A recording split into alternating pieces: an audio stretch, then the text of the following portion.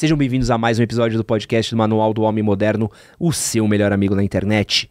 Meu nome é Edson Castro, jornalista e apresentador, e hoje a gente está aqui com o André Rabelo, que é psicólogo, mestre e doutor em psicologia, autor do livro Ser Humano, o Manual do Usuário, um livro incrível, que o meu já está inteiro grifado aqui, ó, sou desses, tá?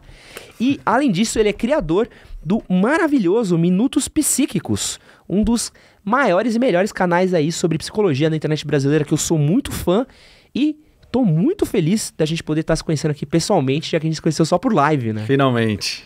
Como é que você tá, André? Tudo bem? Tô bem, cara. Obrigado aí pelo convite. Prazer, finalmente. A gente gravou online uma vez, né? Sim, fizemos uma livezinha nos auges da pandemia. É, exato. Então, muito bom finalmente poder estar aqui. Vamos bater um papo legal. Pô, e quero só deixar aqui a recomendação real aqui, ó, pra quem gosta de psicologia, pra quem gosta de entender um pouco do comportamento humano, da cabeça humana. Esse livro daqui é maravilhoso. Já ouvi falar bem desse livro. Muito legal. Pra, ó, Ser Humano, o Manual do Usuário. Um livro excelente. Adoro. Tô lendo ele devagarzinho porque tá faltando tempo, mas, cara, minha leitura... Sabe quando você para assim, puta, tô com um tempinho. Eu vi que tá todo grifado, né? Eu sou desses. Eu sou desses que depois você vai autografar. A página aqui. tem mais coisa grifada do que... Eu escrevo no livro. Não pode emprestar livro pra mim porque volta inteiro rabiscado. Então, quem quiser referência de literatura aqui, sempre pede indicação de livro. Deixa essa daqui pra vocês. Valeu. E quero avisar pra vocês que vocês gostam do nosso podcast, gostam do André, gostam de quando a gente fala de saúde mental, quando a gente fala de comportamento, de psicologia. Compartilhem esse episódio com amigos de vocês, em grupos do WhatsApp, em grupo da família. Deixem o seu like aqui no canal do YouTube, que ajuda muito também. Se você está ouvindo através das plataformas de áudio, as ondas da internet, deixe a sua avaliação pra gente no Spotify. Tem aí 3 pontinhos que você pode clicar e avaliar, ou pode avaliar a gente aqui no Apple Podcast com 5 estrelas. Deezer também deve ter avaliação, Google Podcast também. E, por favor, gente, 5 estrelas, tá? Aqui é tipo Uber, sabe? Ou avalia com 5 estrelas ou não avalia, que senão prejudica a carona do próximo amiguinho. E, André, quero começar falando com você talvez o tema que a gente tem falado muito sobre saúde mental nos últimos meses, ainda mais por conta do que aconteceu com o Brasil, do como as coisas estão, que é a questão da ansiedade, né? Uhum. A gente é o país mais ansioso do mundo. A gente tem visto cada vez mais sintomas de ansiedade, mais pessoas falando a respeito. E aí eu queria te perguntar se a ansiedade, ela é um mal da nossa geração, esse agravamento da ansiedade, ou se é uma coisa que sempre teve aí e a gente só não sabia diagnosticar direito? Acho que é um pouco dos dois, na verdade. As duas respostas são parcialmente verdadeiras. Só para posicionar um pouco melhor esse dado que você colocou... Porque assim, né, existe um dado da OMS, que é o que você deve estar mencionando, de 2017, que coloca o Brasil como sendo o país com a maior prevalência de transtorno de ansiedade do mundo, né? Só que, 2017, já fazem 6 anos. Será que a gente está como hoje em dia, né? Não tem um dado oficial da OMS igual a esse. Mas o que a gente sabe, de forma baseada em dados mesmo, é que a situação de, pelo menos, transtornos depressivos piorou depois da pandemia. E muito provavelmente também dos transtornos de ansiedade, porque as duas coisas também andam muito juntas. Ó, eu tenho dados mais atualizados aqui, ó. Fala aí. Da OMS de 2019. A gente ainda era o país mais ansioso do mundo. Então, tamo bem. Não melhorou. E de 2022, segundo o estudo pela Sapien Labs, o Brasil tinha o terceiro pior índice de saúde mental do mundo. De saúde mental, global, entendi. E aí, considerando depressão, ansiedade, outros... Muito bom aí. Brasil, o país da alegria, né? Que ironia. O país da alegria tá mal. Mas enfim, agora respondendo aquela sua questão sobre se sempre esteve aí, se é um mal As pessoas gostam muito de culpar gerações, né? Eu tenho um pé atrás com isso, porque as evidências são bem escassas. De que, porque geração tal é de tal maneira, geração Z, geração milênio. Eu tenho um bom pé atrás com essas divisões de geração. Mas o que eu acho que é factível de afirmar é que, assim, qualquer problema de saúde mental ele é multifatorial. Ele é determinado por muitas coisas. Com certeza a cultura afeta, o momento histórico afeta, o momento econômico afeta. Então, assim, é difícil de você chegar e falar as pessoas estão vivendo mais transtorno de ansiedade por esse fator. Não tem isso, sabe? São muitos fatores. Um deles que contribui muito que a gente sabe hoje em dia que contribui muito, é o nível socioeconômico. Então, em culturas onde as pessoas estão, pelo menos com as suas necessidades básicas atendidas e com dinheiro, digamos assim, sobrando um pouco, as pessoas tendem a ser mais saudáveis, né? Mentalmente, fisicamente. Não, fisicamente depende da atividade física também, né? Alimentação e um monte de outra coisa, mas enfim. Então é difícil de dizer pra você assim, é por causa disso. A gente não tem uma resposta exata do porquê que tem tanto transtorno de ansiedade. E especialmente no caso do Brasil, aí é mais complicado ainda, né? Porque tem o fator Brasil, né? Porque, você quer dizer o que determina a felicidade dos brasileiros, você tem que levar em conta um monte de coisa. O processo histórico que a gente viveu. Bom, se a gente for, por exemplo, fazer um recorte de raça, a gente não pode esquecer do histórico de escravidão que o nosso país viveu e que, na verdade, nunca saiu totalmente desse passado, né? Então, é isso, entendeu? É uma questão muito ampla. E eu diria que alguns dos fatores que mais impactam no caso do Brasil tem a ver com a nossa grande desigualdade socioeconômica, o nível de pobreza, com a crise política, a crise econômica. Tudo isso são fatores que são conhecidamente preditores de uma saúde mental mais prejudicada na população. E quanto essa questão que a gente tem de uso de telas, redes sociais, até mesmo um pouco dessa... Porra, lembra quando você tinha horário para terminar de trabalhar? Você saía do escritório, não tinha... Era bom. O BlackBerry começou o fim disso, né? O quanto que esses novos fatores de dia a dia mesmo, eles podem afetar nossa questão de ansiedade? Olha, acho que pode afetar, tem um potencial muito grande de afetar. E estão começando já tem uma quantidade considerável de estudos mostrando que sim, que afeta, mas é aquela coisa, né? Tudo depende de como você usa. Então, assim, você considera que o seu uso de tecnologia te prejudica dentro do que você consegue observar? Você considera? O meu? Altamente prejudicado. Eu trabalho com internet, altamente... Fala um criador de conteúdo que tá bem, não tem como. Não tem... Olha, eu tô bem.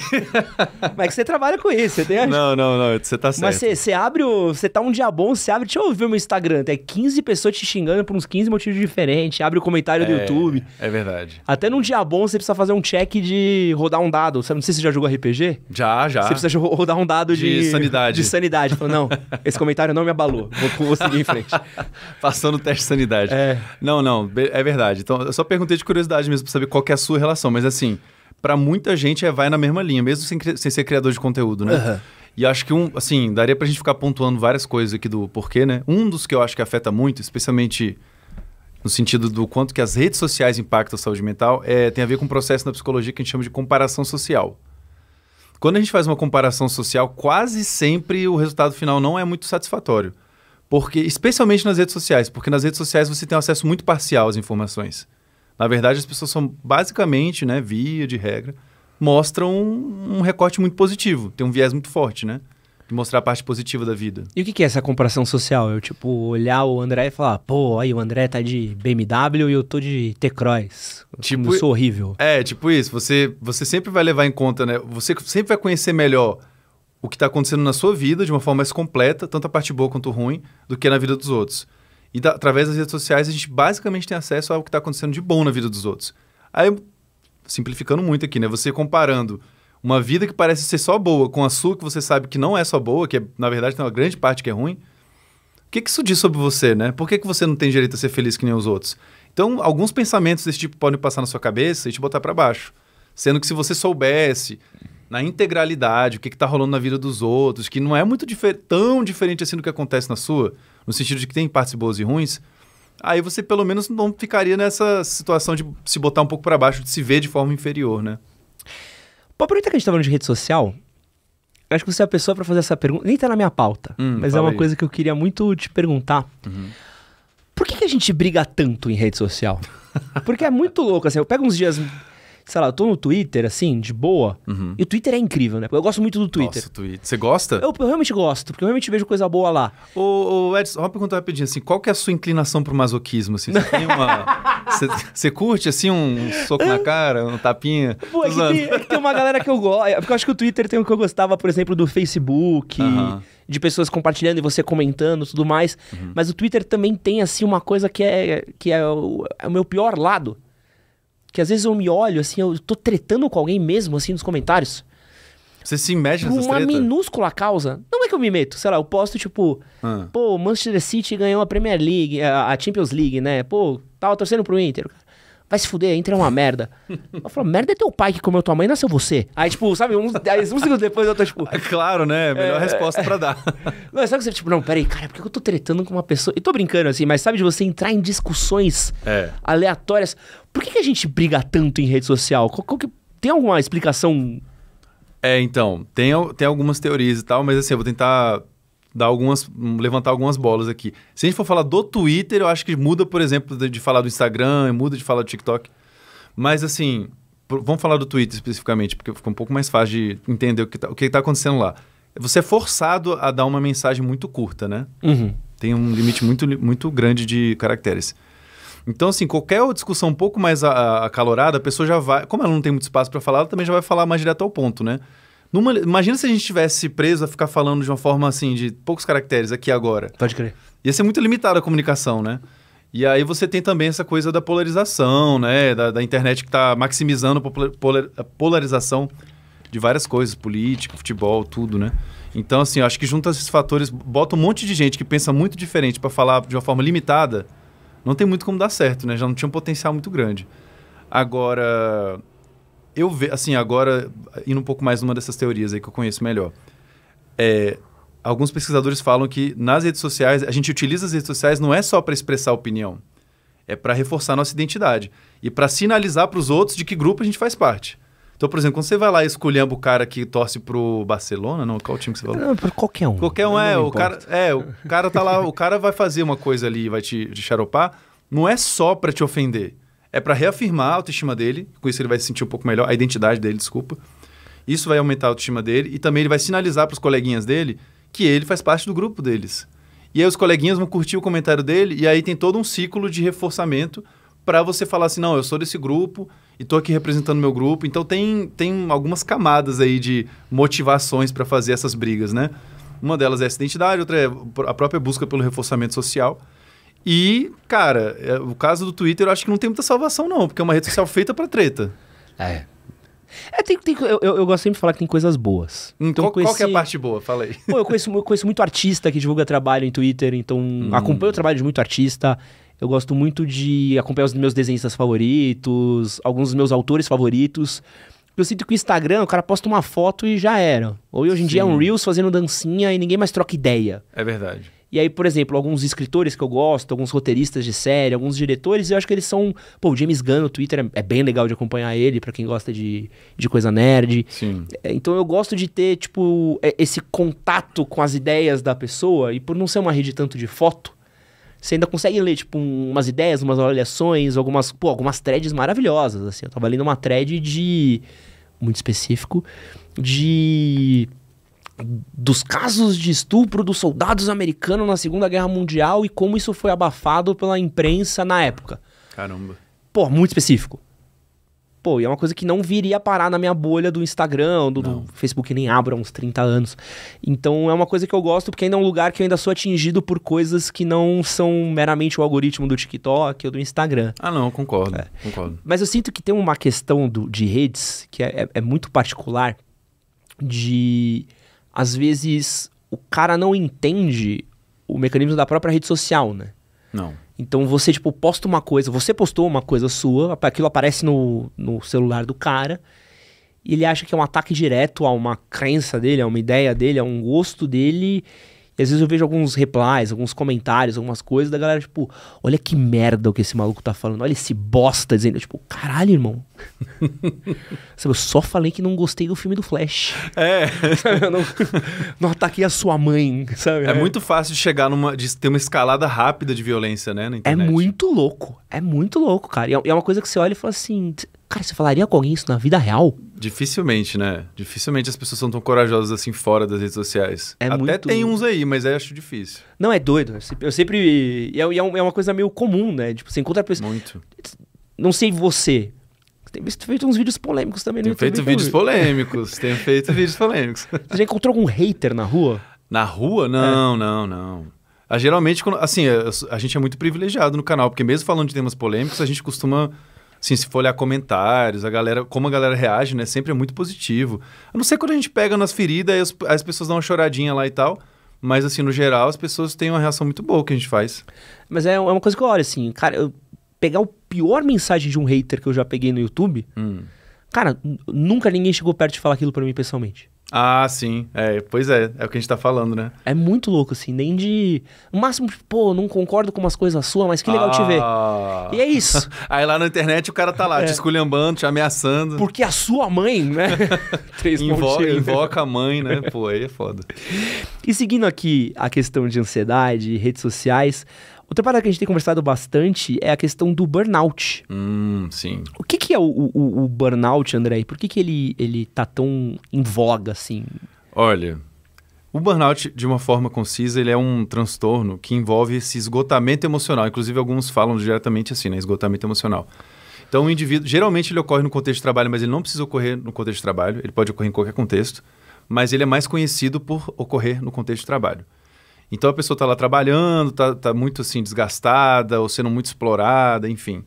E aí ela vai exibindo alguns sintomas, né? Que pode ser a própria exaustão, a pessoa pode ter um ataque, um surto psicótico. Algumas pessoas têm essa manifestação do burnout, né? A pessoa pode entrar em depressão. Então, assim, tem muitas manifestações possíveis, né? Mas eu acho que a forma mais simples de explicar é quando a pessoa realmente chega num esgotamento tão grande, porque, por exemplo, está no trabalho que não está curtindo, está tendo uma relação tão tóxica com o ambiente de trabalho dela, que ela se torna disfuncional. Se ela não consegue viver o dia a dia dela normalmente, vive um grande nível de sofrimento. E sobre o porquê, né? As origens do burnout. Cara, eu acho muito difícil de falar de burnout sem falar do nosso sistema capitalista. Porque é um sistema que leva as pessoas a um esgotamento naturalmente, assim. Para você conseguir ter o mínimo de grana, para você ter um conforto e tal, você precisa se dedicar ao seu trabalho. Os trabalhos se baseiam numa força exploradora e uma força explorada. Então, eu acho que não tem como não falar disso. Acho que lá no fundo, a gente olha o burnout e pensa assim, tem algum problema com esse indivíduo, né, deu parafuso nele, deu curto-circuito. Mas se a gente não olhar o contexto mais amplo de onde esse cara está inserido e o que ele está sendo levado a fazer, fica meio difícil, fica meio alienado, sabe, a interpretação do transtorno. Claro que algumas pessoas têm predisposições, né? E aí, num contexto desfavorável, se você tem a predisposição, aí a chance de você desenvolver um negócio desse é muito maior. Então, por exemplo, alguém que tem uma predisposição a desenvolver transtornos depressivos, de ansiedade, por exemplo, se você tem um histórico familiar com esses transtornos, né?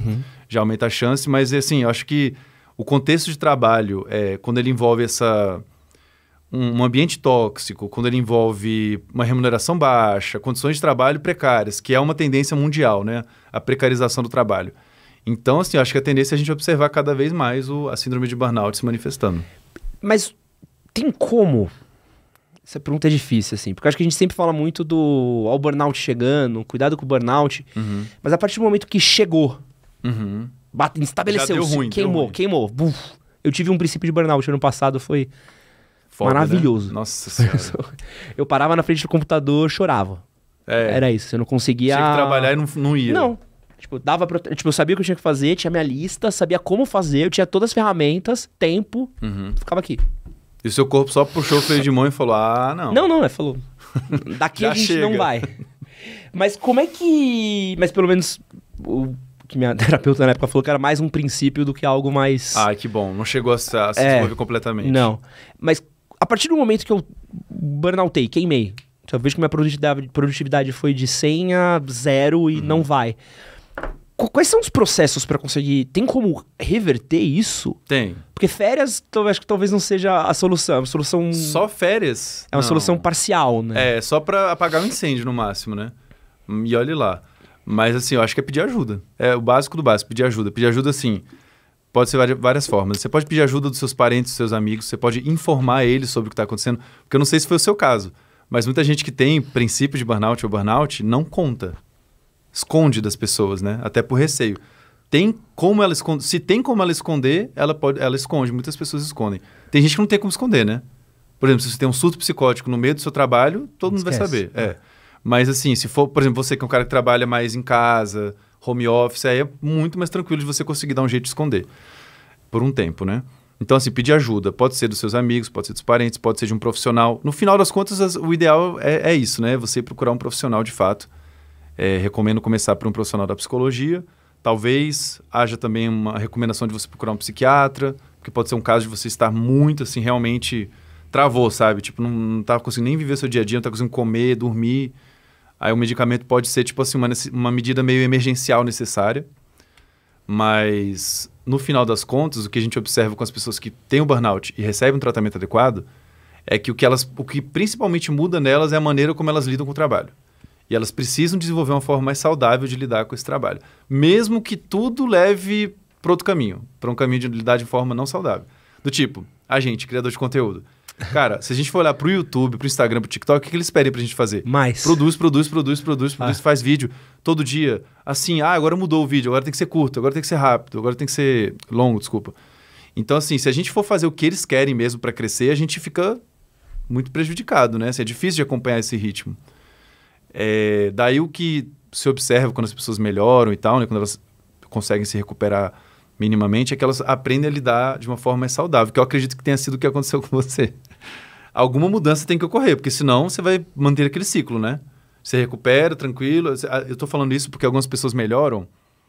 Aparentemente, elas acham que estão melhores, né? Mas elas vão procurar ajuda, só que nem você falou, pegou umas férias, fez uma viagem, que inclusive viagem é estressante geralmente, né? Mas enfim, as pessoas viajam para relaxar, para se conectar com a natureza, voltam sem mudar muito a relação que elas têm com o trabalho delas, e aí geralmente reproduz tudo de novo, com uma chance maior, inclusive, de parar lá de novo, né, no burnout.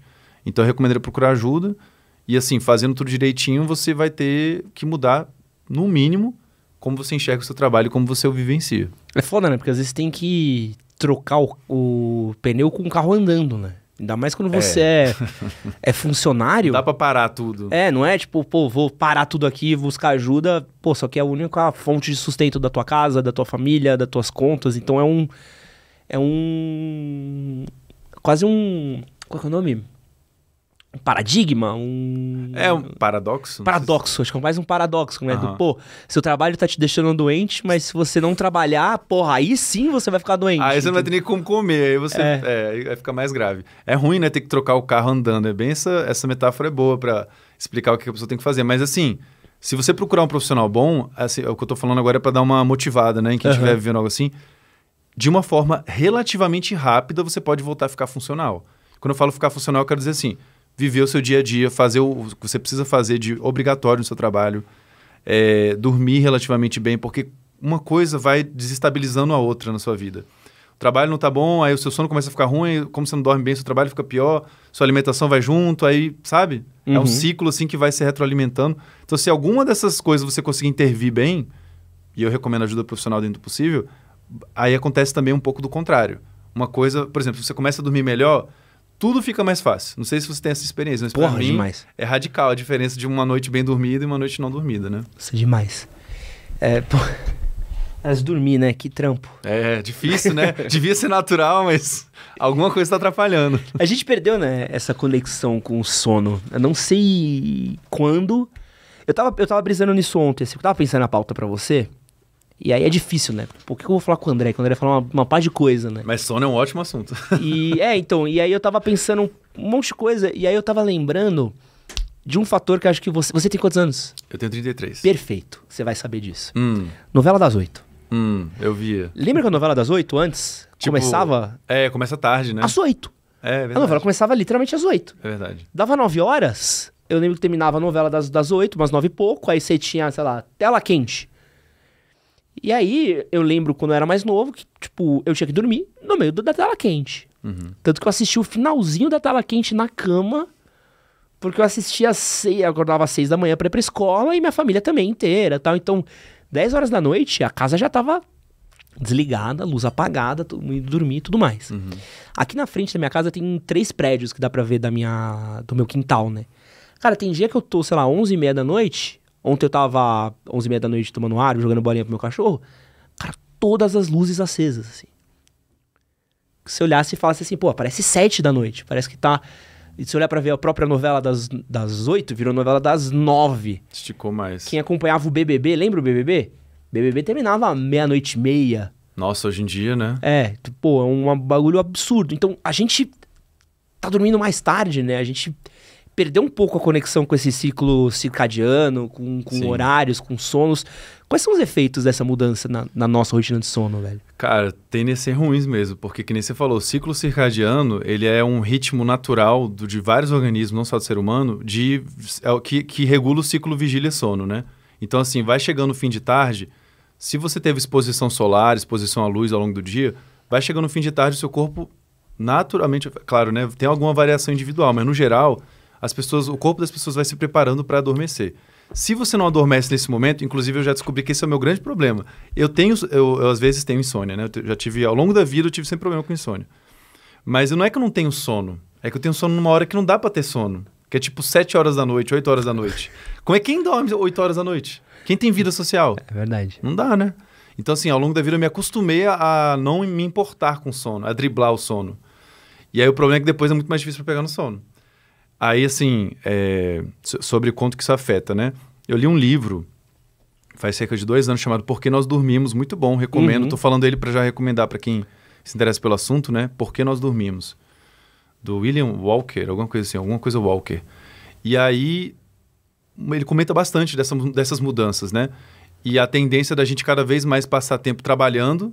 Quer dizer, na verdade, se você comparar com outros momentos da história, a gente trabalhou mais, né? Mas mesmo assim, a gente já trabalha muito. Dependendo da área na qual você trabalha, tem amigos meus que trabalham das 7 da manhã até as 7 da noite, com a pausa para o almoço. Mas assim, é muito tempo trabalhando, né? E aí, para você vamos supor assim, numa rotina de uma pessoa, sei lá, que tem um emprego legal, que trabalha bastante horas assim e tal, chega em casa, só da pessoa tomar um banho, arrumar a casa, trocar uma ideia, assistir uma televisão, já são que horas? Já tá, né, quase meia-noite. 11 horas, meia-noite. Então, assim, a rotina, ela afeta muito a rotina da maioria das pessoas afeta a hora que a gente vai dormir. E o fato de dormir mais tarde, o principal fator, acho que é menos sono. Esse é o maior impacto negativo, né? Você dorme menos.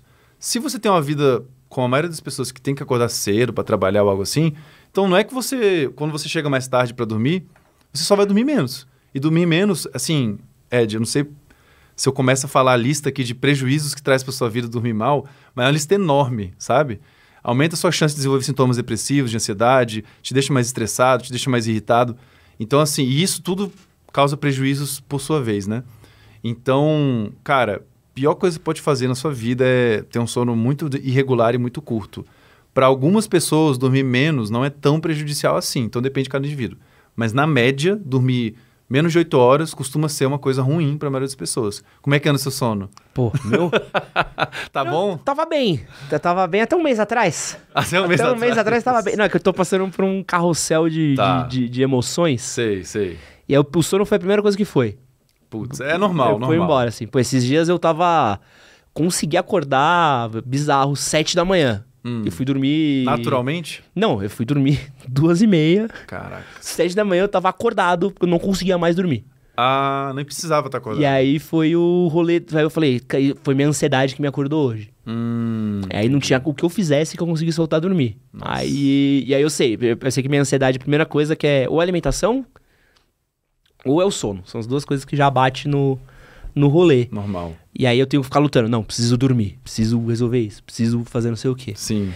E uma coisa que eu tenho ouvido muito falar é essa questão de higiene do sono, né? Ah, esse é um conceito completamente recente nosso, né? Sim. O que é esse bagulho de higiene do sono? Basicamente, assim, é você tentar mudar alguns hábitos de sono, né? Por exemplo, algumas pessoas... Se você for em qualquer médico falando que você está com dificuldade de sono, a maioria vai falar primeiro assim, tá, vamos testar primeiro algumas mudanças de hábito, que aí você pode chamar de higiene de sono.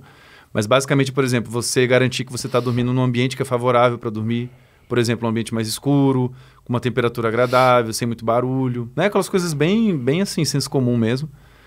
E algumas outras coisas, né? Que aí são menos senso comum. Por exemplo, uma coisa que é muito recomendável para quem tem problema no sono é só deitar na cama no momento de dormir. Porque aí você começa a associar no seu cérebro deitar na cama com dormir. Se você fica muito mais tempo na cama do que só na hora que você vai dormir, então no seu cérebro não está tão forte assim a relação entre deitar e dormir. Então é mais um fator que aumenta a chance de você conseguir adormecer, né? Não comer quantidades exorbitantes de comida antes de deitar também, porque tem gente que tem refluxo. Tem gente que simplesmente não vai conseguir dormir, vai estar com a temperatura elevada do corpo, enfim. E que mais? Acho que o básico do básico é isso. Tem algumas coisinhas ou outras também. A tela, né? O cara o negócio da tela, de não ficar mexendo no celular. Bom, aí assim, eu vou ser bem sincero, eu não conheço muitas pesquisas, né? Mas falam que realmente não é bom você ficar usando muito celular ou computador algumas horas antes de você ir dormir. Na verdade, assim, pra mim, a impressão que eu tenho é que eu tô falando realmente uma coisa bem subjetiva. A impressão que eu tenho é, no geral, se você tá mais agitado, seja porque tá no celular, seja porque tá jogando videogame, seja porque, sabe, por qualquer motivo que tá discutindo com a sua parceira em casa, não vai ser bom para você dormir. Porque se você tá meio agitado, o estado de agitação ou de nervosismo e o estado de relaxamento que você precisa para dormir não combina, né? É uma coisa ou outra. Então, o que eu acho que é, independente de o que tá te deixando agitado, se é a tela do celular, se é alguém, o que eu recomendaria é você tentar algumas horas antes de dormir, você planejar o seu sono, né? Tipo, vou dormir tal hora. Algumas horas antes você já tá num ritmo mais lento, como um todo, sabe? Tipo, com luzes menos fortes na sua casa, deixando o ambiente um pouco mais escuro. Se alimentando de forma leve, tentando fazer alguma coisa mais relaxante, tipo ler um livro, sabe? Algo nessa vibe. O ser humano, manual do Olha aí, já aqui. tem a dica aí, pô. Já começa por ele. Não leiam o Cemitério antes de dormir. Não, exato. Leia uma leitura, uma coisa tranquila, exato. E aproveitando que a gente falou de sono, um fenômeno que a gente tem visto, e a gente conversou com a Amandinha aqui, a Amanda Ramalho do Esquizofrenóias, que é o Zolpidem, né? Nossa, velho. Cada história, né? Esse daí tá virou até meme, assim. Você vê que o bagulho Virou meme, tá punk quando ele vira meme, né? Qual que é primeiro, o que é o Zolpidem e como é que ele funciona?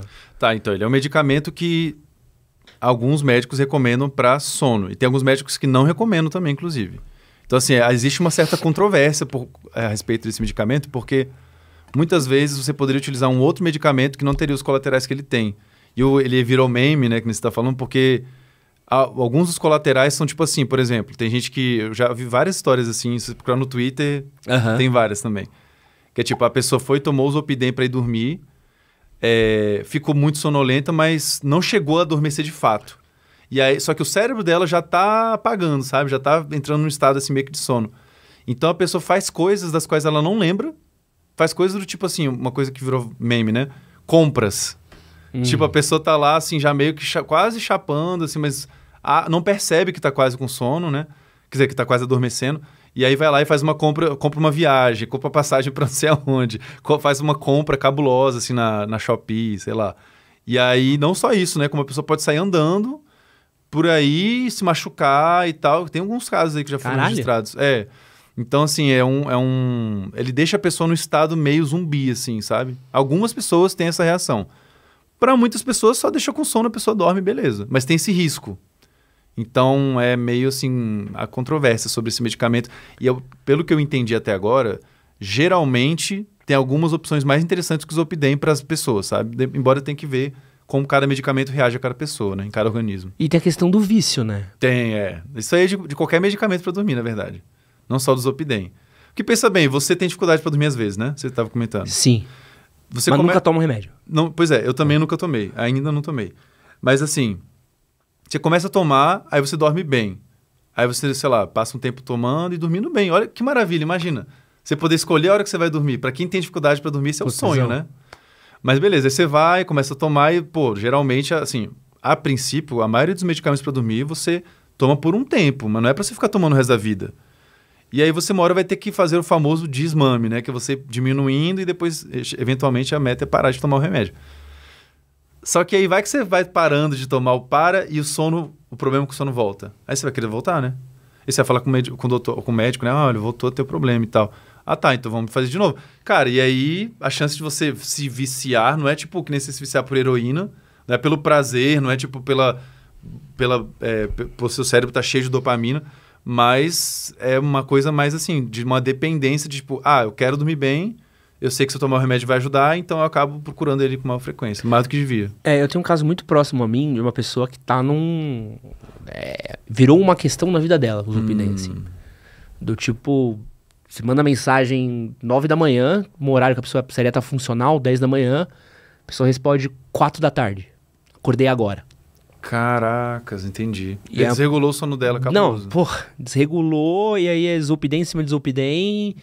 Aí tenta dormir, não consegue dormir, aí toma o Zolpidem no meio da madrugada pra conseguir dormir, aí dorme além do que precisava dormir, acorda, cara. E aí junta com sintoma de depressão, aí junta com não sei o que, vai virando uma bola de neve, né? Uma bola de neve. É bizarro, assim, é assustador pra quem tá vendo de fora, porque é uma coisa que você vai falar assim, tá, mas qual que é a solução pra isso, entendeu? Qual que é o... É difícil, assim. Eu não sei se é o caso que você tá falando agora, mas assim, parece que é um caso... também que aumenta a chance de dar esses problemas, que é a pessoa que faz automedicação.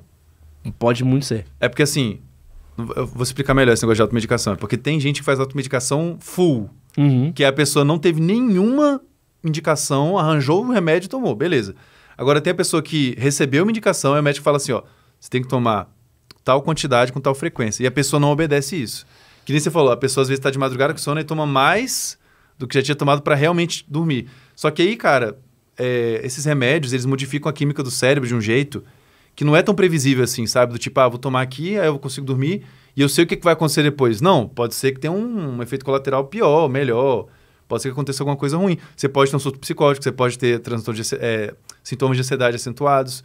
Então, você não pode pegar um remédio desse e sair tomando assim, eu acho que eu vou tomar agora, não, hoje eu não vou tomar não, que eu não tô com tanto. Você tem que seguir o que o seu psiquiatra está fazendo. E se você começar a ter problema assim, aí a dica é você voltar no psiquiatra e falar, olha, fiz essa merda aqui, confessa mesmo, ó, fiz isso, não devia ter feito, mas eu fiz e tal.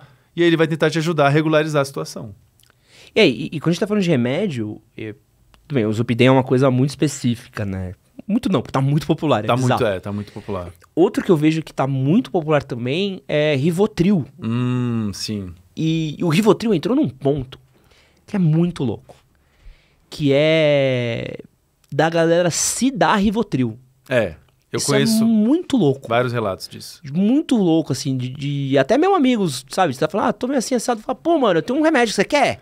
Rivotrilzinho aqui, ó. Toma um Rivotrilzinho aqui suave, você fica bem e tal. Eu falo, mano...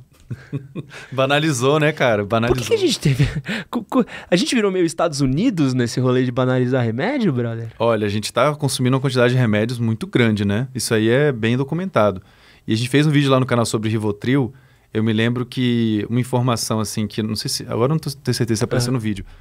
Mas assim, cara, o Brasil é um dos maiores mercados de consumo desse tipo de medicamento. É absurdo. Mas a gente não era tanto, eu tô... Aumentou muito. Assim, nos últimos anos, isso não só no Brasil, no mundo todo, né? Tá. Aumentou muito o consumo de ansiolíticos, antidepressivos, antipsicóticos. E por um lado, vamos também assim tentar analisar sem ser tão... sem fazer uma análise tão rasa, né? Por um lado, isso mostra que as pessoas estão recebendo mais tratamento psiquiátrico. Isso não necessariamente é uma coisa ruim. Mas as pessoas estão procurando ajuda profissional e estão recebendo tratamento. Beleza. Mas também aumentou muito, junto com isso, a automedicação. Que nem você falou, eu já escutei vários relatos desse estilo que você está falando, da pessoa chegar e falar assim, não estou conseguindo dormir muito bem. Toma um Rivotril aí de boa. Só que, cara, o Rivotril é um medicamento que pode dar muita reação, muito efeito colateral, não previsível.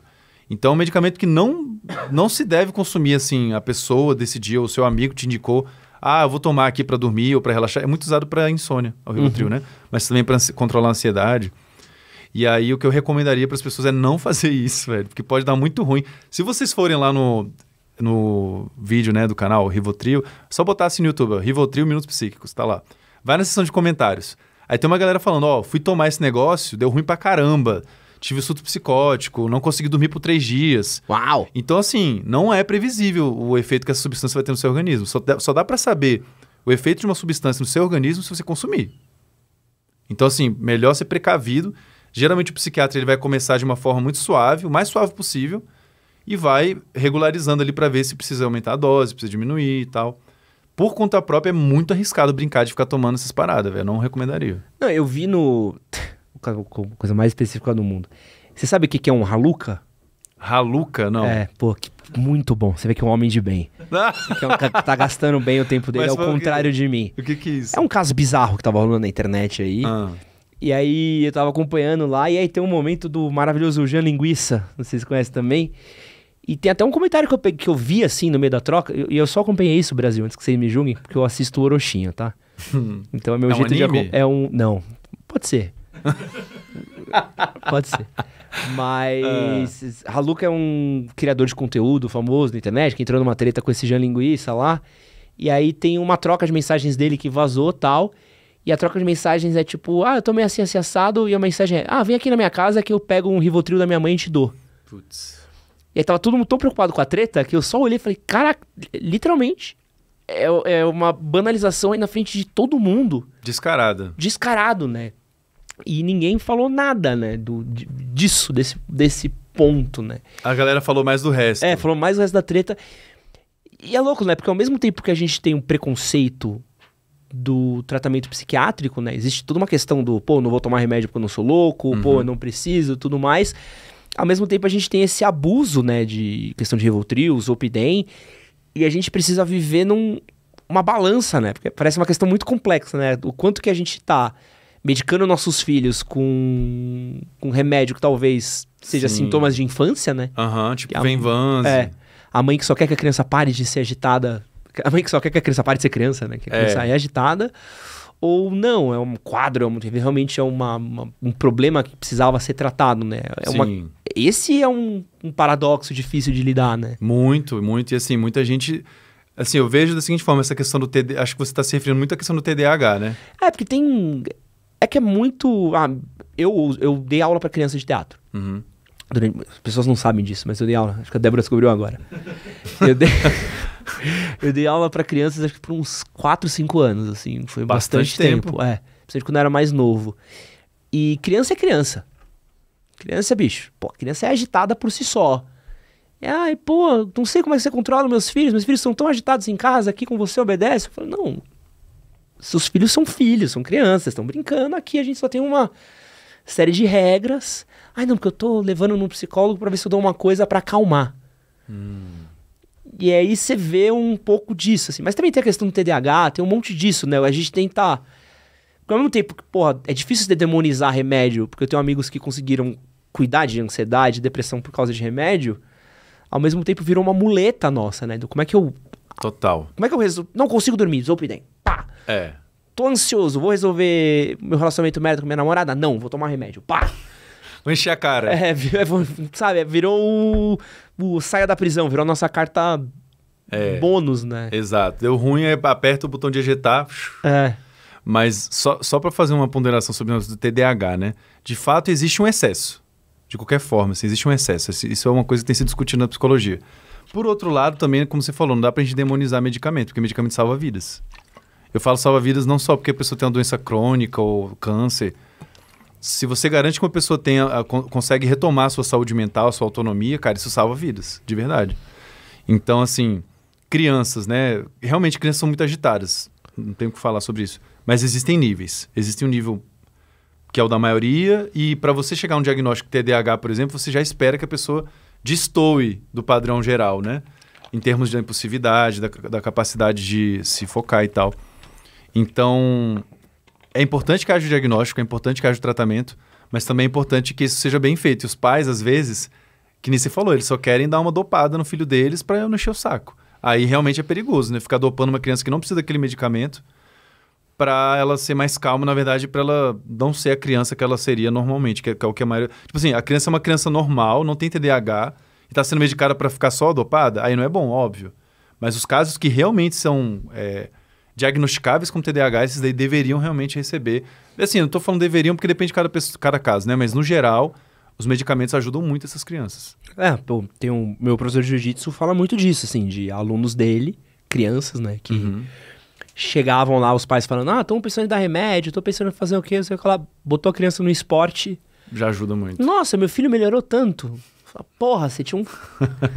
Sabe, a criança não podia ser criança, não gastava energia. Exatamente. Né? A criança cheia de energia, aí ela ficava sedentária e obviamente ficava mais agitada. Mas isso serve pra gente também, adulto. Se você não tá praticando uma atividade física e tal, é muito mais provável de você ter sintomas de ansiedade e tal. Quando você tem uma atividade física regular... Isso ajuda a, inclusive, equilibrar a sua saúde mental.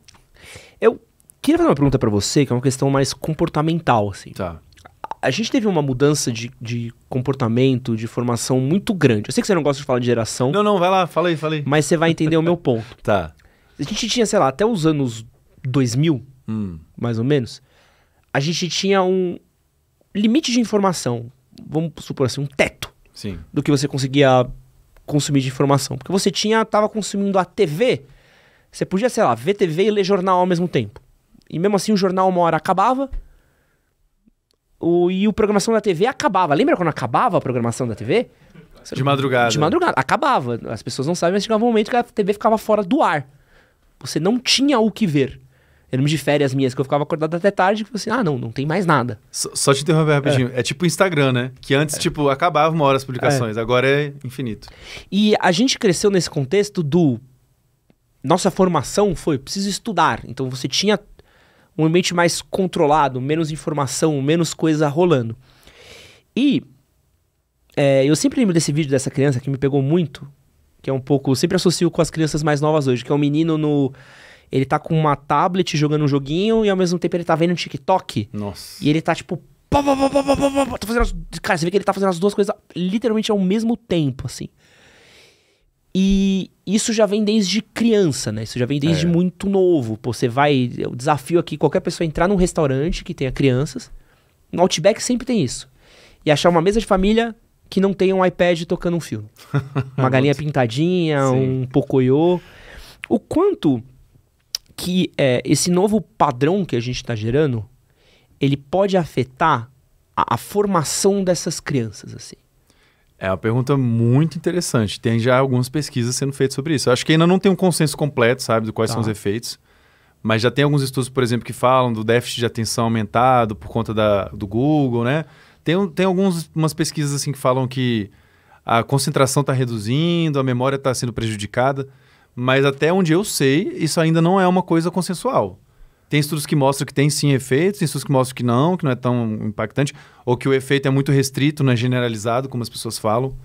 Então acho que ainda é um pouco cedo para falar que, tipo, nossa, o Google realmente aumentou a prevalência de TDAH, ou caramba, as pessoas têm problema de memória agora por causa do Google. Uma coisa que eu acho que é um pouquinho já mais bem mapeada, que já foi melhor mapeada, é a questão da memória de trabalho, que é essa memória curta. Por exemplo, se eu falar um número de um telefone aqui para você gravar, sei lá, qualquer número de telefone, né? Você vai fazer uso da sua memória de trabalho para conseguir gravar isso. É um lugar onde você consegue estocar temporariamente informação, mas ela vai sumir daqui a um tempo, né? Você faz um esforço para lembrar, depois vai esquecendo. Essa parece que está sendo mais prejudicada assim, pelo uso da tecnologia. Porque, por exemplo, ao invés de eu ficar me esforçando aqui para pensar no nome do filme que eu esqueci, eu vou procurar no Google. Sabe quando a gente tá aqui conversando e você tipo, putz, como é que é o nome daquele negócio? Ao invés de você pensar, você já pega o celular e pesquisa. Eu tenho uma melhor ainda do que isso. Fala. O Waze. O Waze. Putz, aí nem se fala, né? A gente tá exercitando muito menos na memória espacial. O taxista dos anos 90, agora vamos falar de geração. O taxista dos anos 90, ele tinha que saber bem a cidade, né? Se ele não soubesse, ele se perdia. Hoje em dia, cara, você pode se mudar para uma cidade que você não conhece, abrir o aplicativo e ser o melhor motorista do mundo.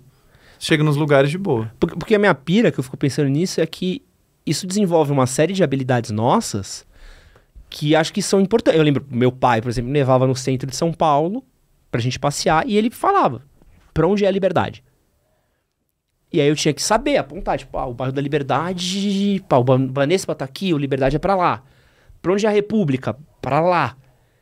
E isso, é uma coisa que eu faço com o eu ando por São Paulo, que é São Paulo. Acho que você que é de fora de São Paulo deve saber o desespero que é pra vir. É enorme, sim. Eu consigo andar com uma tranquilidade, porque eu sei, tipo, isso aqui dá pra cá, então tô na Zona Norte, aqui tô na Zona Sul, vim pro Osasco. Meu Deus, preciso sair. Você se vira até sem ter que ficar olhando o celular. E isso, qualquer cidade que eu vou, qualquer lugar que eu vou, até uma brincadeira minha namorada sempre brinca, tipo, como é que você se localiza tão rápido? É uma coisa que eu... Quem se localiza em São Paulo, né? Mas é uma coisa que foi fundamentada desde criança, né? Sim. E isso também serve pra várias coisas que eu vejo, que eu tenho essa capacidade de me localizar nas coisas. Uhum. E eu fico me perguntando quanto desses comportamentos básicos talvez não vão faltar. Eu acho que isso é um risco considerável, né? Acho que é um risco grande, assim, de a gente observar as gerações que estão nascendo agora já. Por exemplo, eu tenho 2 sobrinhos. Um sobrinho e uma sobrinha. Cara, eles já usam o tablet que a gente estava falando, né? De ficar vendo a galinha pintadinha e tal. Tipo, eventualmente acontece, né? Não é que meu irmão faz o tempo todo, mas... Eu acho que é bem possível que essa geração de alguns anos atrás para cá já esteja numa vibe que elas não vão desenvolver tão bem essas competências. E ainda tem a pandemia, né? Tem estudos mostrando que as crianças que nasceram durante esse período já estão com algum tipo de déficit de habilidades sociais ou de capacidade de interação social. Por exemplo, de reconhecer emoções e reagir a elas e tal. Então, assim, eu acho que é meio cedo para falar qual é o efeito, sabe? Nossa, é um efeito cabuloso. Tá um pouco cedo ainda, eu acho. Mas eu chutaria que é uma chance grande de a gente observar uma mudança que, na média, né? Essa próxima geração que está nascendo agora com o celular, com o computador à disposição, não vai ter tanta facilidade quanto a gente. E a gente teve aquele estudo que popularizou, isso deve ter caído na tua mão também, que é o que as crianças estão mais burras. Que a gente teve a primeira geração do QI abaixo dos sim, pais. do efeito né? Flynn que você tá falando, né? É. E era real isso ou é... Tem, de fato, um estudo, ele identificou que pela primeira vez houve uma mudança nessa tendência, né? Mas é aquela história, velho, assim... fala assim, geração burra e tal. Cara, não é porque não continuou subindo o QI que a geração é burra. Porque imagina, o QI que tá sempre subindo não é baixo o QI. Então, se ele não mantém aquela mesma trajetória de subir, só mudou, assim, por vários motivos possíveis. Mas... explicar o porquê, eu acho que é o mais difícil. O porquê que isso está acontecendo, a gente não sabe explicar. Aí você vai ler lá no artigo, eles falam, tal coisa, né, Covid, não sei o quê. Eles tentam levantar algumas hipóteses do que explicaria. Mas a gente não sabe o porquê que mudou essa tendência, não. É bem interessante descobrir o porquê, né? Mas acho que ainda tem uma caminhada aí pra gente poder dar uma resposta. Você tem... O Gaveta tocou... Você conhece o Gaveta, né? Conheço. Já conheci ele pessoalmente, inclusive. Meu, maravilhoso. Gente fina. O Gaveta teve aqui e ele tava falando um pouco... Recentemente? Recentemente. Eu não vi. Episódio bem legal, vale a pena ver. Pô, legal. Foi bem legal. Ele é bem engraçado. O Gaveta tava falando um pouco de um estudo que ele fez, é um vídeo que eu adoro dele, que ele tá falando sobre a geração shitposting, né? Que é um pouco dessa geração que tem muita informação, muita coisa acessível, muita coisa rolando, e eles têm tantas coisas que às vezes vem um sentimento de vazio. De uma ausência de significado nas coisas, assim. Sim. Você tem percebido um pouco desse quase um niilismo existencial que a gente tem vivido? E eu não falo nem das crianças, até mesmo a gente adulto, assim, uma falta de um significado maior, assim. As pessoas estão encarando esse vazio de maneiras... Até começar a ver o uso, sei lá, de bebida, droga... Sim. Até mesmo mensagem autodepreciativa, assim. Eu não sei se é uma pira minha só ou se faz sentido, assim. Eu, assim, de maneira informal, tenho observado, assim, e vou comentar uma coisa muito, muito à parte aqui, velho. Eu tô há uma semana já em São Paulo, né? Eu vou ficar mais um pouco, mas eu já tô há uma semana. E interagi com muita gente, né, e tal. Conversei com muita gente, encontrei com muitos amigos, não sei o quê. E eu tô meio surpreso com o quanto que as pessoas em São Paulo usam drogas, velho. Assim, não. Meu Deus, velho. Aqui é assim mesmo. A galera não sabe brincar. Tipo assim, por exemplo, eu vim andando a pé da estação de metrô pra cá, eu vi tanta gente fumando. Tava chovendo. E a galera fumando. Claro, com guarda-solzinho, com guarda-chuva e tal. Mas muita gente fumando. E, tipo assim, em São Paulo, como todas as pessoas fumam bastante, né? Mas eu tô falando de fumar, mas eu acho que isso serve pra bebida, pra outras drogas recreativas. É por isso que eu tava falando de outras drogas, mas isso também. Tudo isso, velho, tudo. Isso aqui tem um horário... Antes as pessoas fumavam meio escondido, né? Agora já não... Caramba, qualquer velho. lugar é lugar. Tipo, acho que até lugar fechado, às vezes eu vejo as pessoas fumando. Assim, lugar semi-fechado, né? Fechado, acho que não pode mesmo, não rola. Mas, enfim, eu acho que isso é um sintoma. Isso é lá na superfície, é um sintoma de algo mais profundo, que acho que tem a ver com o que você está falando, né? Esse sentimento de vazio, essa falta de sentido na vida. Então, assim, informalmente eu percebo isso. Acredito que a explicação para isso, novamente, vai envolver a gente ter que falar de muitas coisas possíveis. A gente acabou de sair de uma pandemia, que não dá para negar que, né, até agora ainda está trazendo repercussões para muita gente. Crise econômica, crise política, guerra. Guerra, na verdade, sempre esteve rolando, mas você tem algumas guerras mais salientes, né? Aparecendo muito na mídia e tal. Outras guerras não recebem a mesma atenção. Então, assim, tudo isso tem um potencial de estressor, né? De gerar ansiedade, gerar transtornos depressivos e tal. Agora, eu ando muito preocupado com os efeitos culturais, de como a cultura afeta a nossa saúde mental. Eu ando bastante interessado em entender isso melhor, porque eu acho que a psicologia ainda está muito atrás, sabe? No estudo disso, de fato. E eu acho que sim, que afeta muito. Vou trazer só 2 exemplos aqui de aspectos culturais que eu acho que afetam muito a saúde mental dos brasileiros e do mundo todo. Vou falar só do Brasil agora, só para restringir um pouco a conversa. Racismo. O racismo, ele é uma coisa que está entranhada na nossa cultura. A gente tem um dado, Ed, que eu sempre lembro, para não esquecer do quão recente é isso. Eu nasci 100 anos depois que a Lei Áurea foi promulgada. 100 anos, mano. O que é 100 anos? É 1 ou 2 gerações no máximo, não chega nem a ser 2 gerações. É muito recente na história da humanidade. E veja bem, promulgada uma lei. Não quer dizer que acabou 100% naquele dia, né? Continuou por muitos anos a escravidão. E depois as pessoas pretas foram largadas ao léu, né? Não teve nenhum tipo de ajuda para não foram inseridas na sociedade, né? Elas foram largadas. a própria sorte. Então, assim, hoje em dia isso ainda traz muitas repercussões para a população negra. Muitas repercussões. Que não são tão, assim, reconhecidas por muita gente. Aqui no Brasil a gente tem esse mito da democracia racial, né? De falar que não existe racismo, de que, mas eu respeito, não sei o quê. E, tipo, não entende que é uma questão muito mais ampla, né? Não tem a ver com o que você pensa. O racismo, ele é mensurável de forma objetiva. Você olha, assim, a taxa de desemprego, quantas pessoas estão na prisão, quantas pessoas recebem o salário tal, estão ocupando posições de poder, é muito visível. E o outro aspecto que eu acho que também ajuda a gente a entender um pouco é o machismo, que é uma palavra meio assim... Tabu, né? Tabu, né? Machismo, a galera já fica meio defensiva. Mas, assim, é um fato de que existe uma desigualdade de gênero muito grande na nossa sociedade, no mundo todo. E isso também é um aspecto cultural que vai pesar muito a mão, principalmente para as mulheres, em termos das repercussões que isso traz para o dia a dia, mas até para os homens, porque gera toda uma pressão para atingir um ideal masculino que é, cara, não vou dizer que é inalcançável, mas é muito difícil. O cara tem que ter muita grana, tem que ser o moleque transão, tem que ser super confiante, né, inteligente, forte, enfim, e para as mulheres vai para outra direção, né, o estereótipo feminino. Então, assim, esses aspectos culturais, eles vão não só impactando no dia a dia, mas a longo prazo, eles vão deixando a gente um pouco assim... Como eu estou dizendo, né? É uma impressão que eu tenho tido vendo algumas pesquisas também, mas também no dia a dia, assim, a vivência pessoal. Sabe uma coisa que eu vejo que combina muito com o que você fala, e eu tenho visto muito da molecada que segue a gente, conversa com a gente, das questões de trabalho. Ah, sim. Cara, eu acho que quando você colocar isso... Por exemplo, eu trabalho com jornalismo desde que eu sou muito moleque. Então, trabalhei com teatro, quando eu entrei pro jornalismo, estou no jornalismo já faz mais de 10 anos, produzindo conteúdo, trabalhando com conteúdo. Então, a coisa na minha cabeça sempre seguiu um caminho muito lógico, assim. Uma coisa foi seguindo da outra, né? E minha profissão sempre foi muito coligada com a minha identidade. Então, eu sempre sabia que eu tava indo nos lugares que eu gosto, vendo as coisas que eu gosto, escrevendo sobre elas, eu não consumo cinema, eu trabalho de cinema. Trabalhei com cinema por muito tempo, então eu sabia ver um filme, curtir um filme, entender os processos, tudo. Eu lembro do meu avô vivia o trabalho dele, meu avô era dono de venda, meus tios engenheiros, trabalhavam em fábrica, então tinha uma construção de identidade muito forte também ao redor da nossa profissão, do que a gente está desempenhando.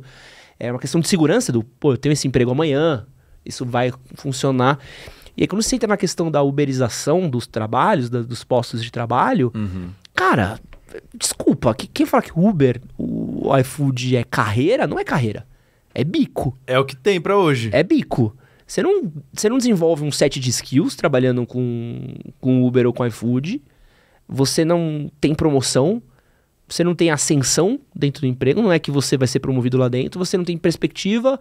Você tem um gasto de tempo. Tempo versus capacidade que você tem física de fazer isso. Você não consegue trabalhar, você não ganha. Você não tem ascensão, você não desenvolve set nenhum. E como é que você bota isso no currículo?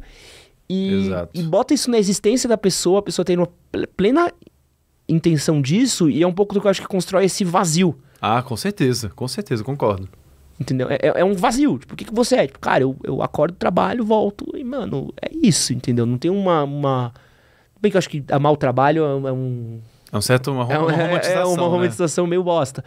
Mas é um vazio muito grande, né? Isso afeta a nossa identidade, né? Com certeza. Se você parar pra brisar, e aí é a minha brisa, tá?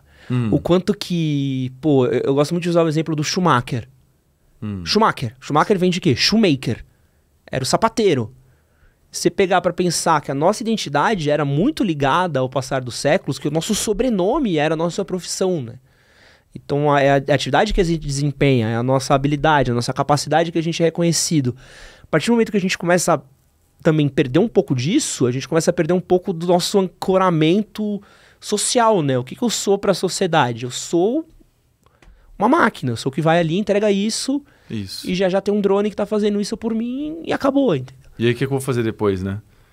Tem dois movimentos aí que vão no que você está falando, que é a da precarização das condições de trabalho, né, uberização, e da automação. Então, fala-se muito hoje da multidão de desempregados que está por vir, né? Tá chegando. Que já está chegando porque está tudo sendo automatizado, frentista, a gente começa talvez pensando nesses empregos assim que em alguns lugares já são automatizados, né? Nem existe em alguns lugares frentista, a pessoa só vai lá e faz tudo sozinho. Mas, na verdade, as discussões vão até além, né? E falam, por exemplo, dos médicos que vão ser substituídos pelos robôs também para fazer cirurgia muito melhor, vão fazer diagnósticos muito melhores. Acho que até a gente na psicologia também não vai estar totalmente livre, porque daqui a pouco as inteligências artificiais vão dar respostas sofisticadas para as interações. Quer dizer, já dão, né? ChatGPT, não sei o quê. Mas a tendência é isso melhorar cada vez mais, né?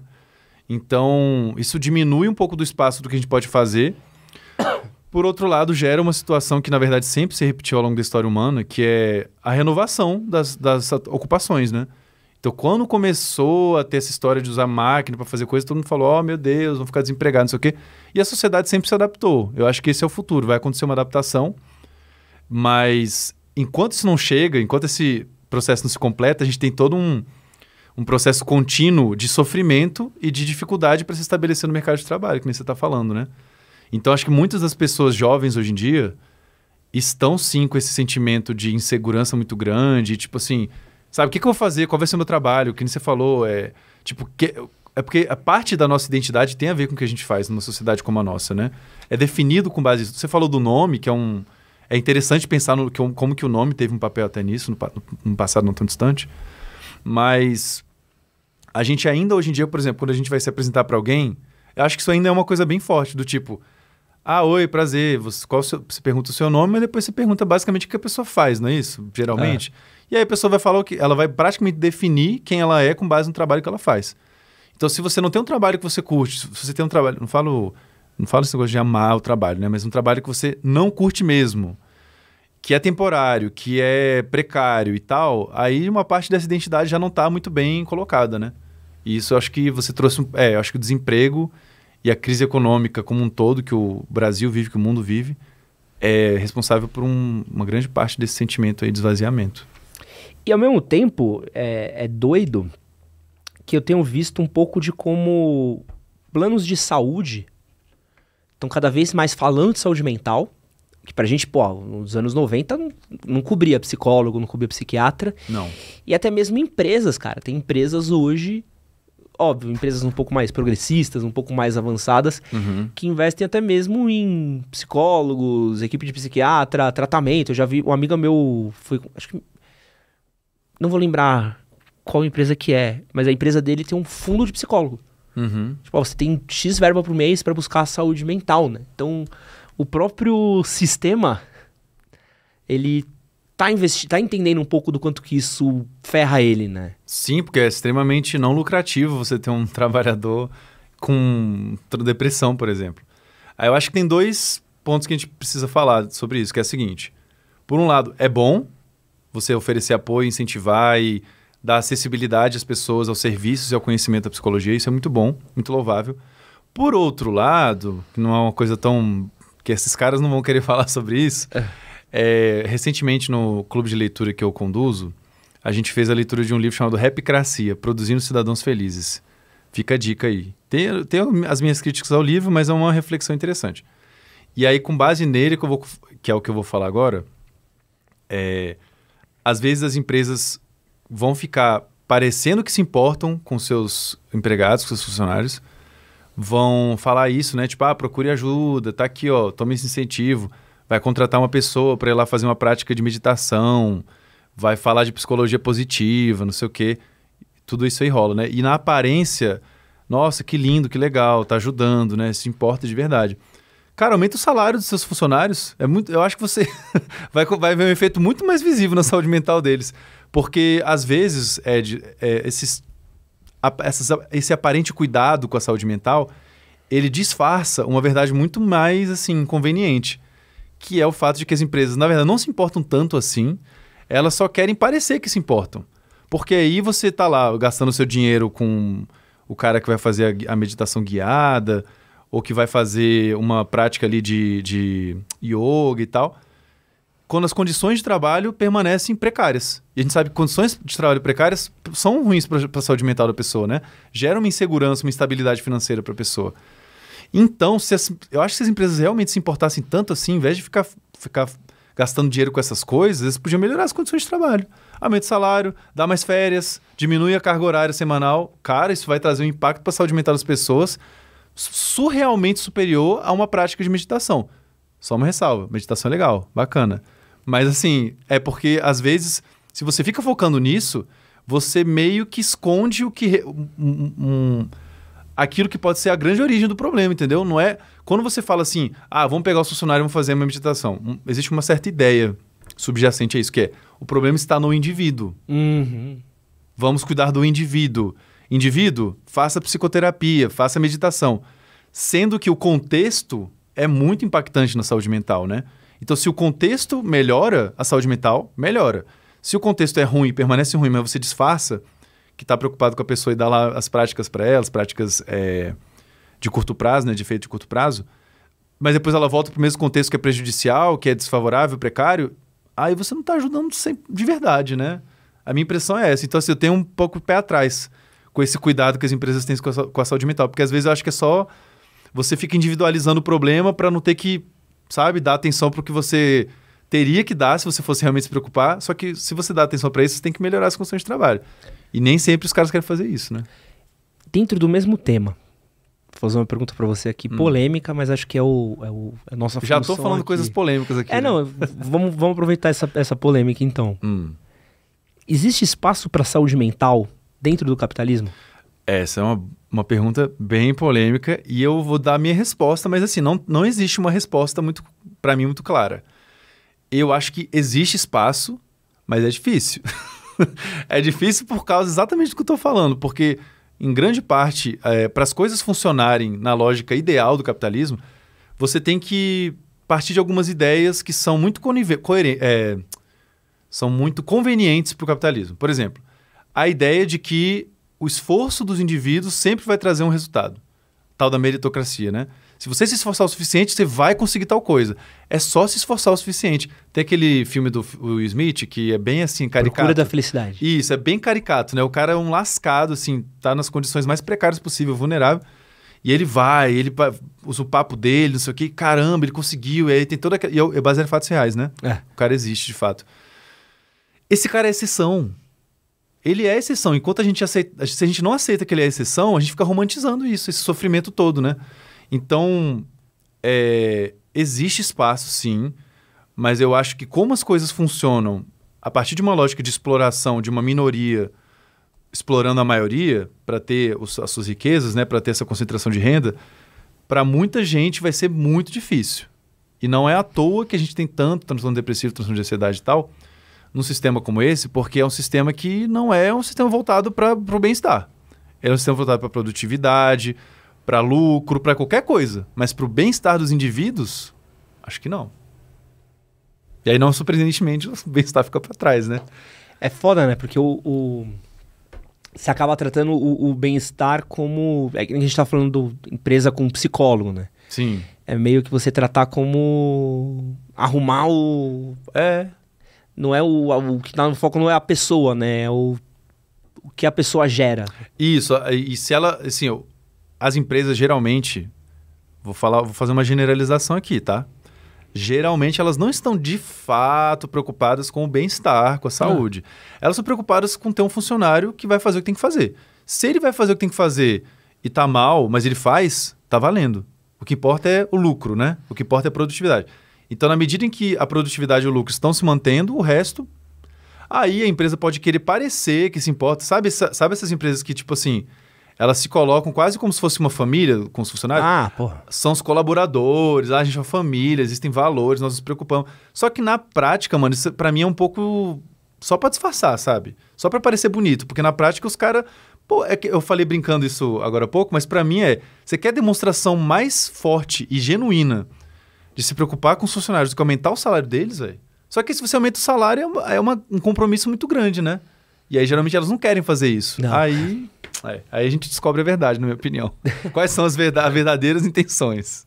A gente falou de empresas em saúde mental e tem um tópico aqui que eu já fiz um vídeo e ficou um vídeo muito polêmico, que foi... Aliás, um vídeo que viralizou mais do que eu queria viralizar. Sabe aqueles que viralizam mais do que você queria? Sei. Pelo motivo que você não queria. Puta, foi um pouquinho mais longe. Até pelo motivo que eu queria, mas foi um pouquinho mais longe que eu queria que fosse assim. E eu fiz um vídeo uma vez falando sobre o Setembro Amarelo. E eu peguei e falei assim, fala um pouquinho da hipocrisia do Setembro Amarelo. Pra mim, foda-se setembro, entendeu? Eu prefiro que você não fale de saúde mental em setembro e fale de janeiro a agosto. Sim. Eu errei aqui completamente. De outubro a agosto, agosto, Isso, outubro, agosto. do que falar um mês só e tudo mais. E como é que você vê a questão do setembro amarelo? Ele é funcional? Ele é uma parada que a gente... É uma iniciativa legal? É uma iniciativa, que nem você falou, empresa usando pra ganhar aquela cartinha do... Olha aqui como eu sou boazinha.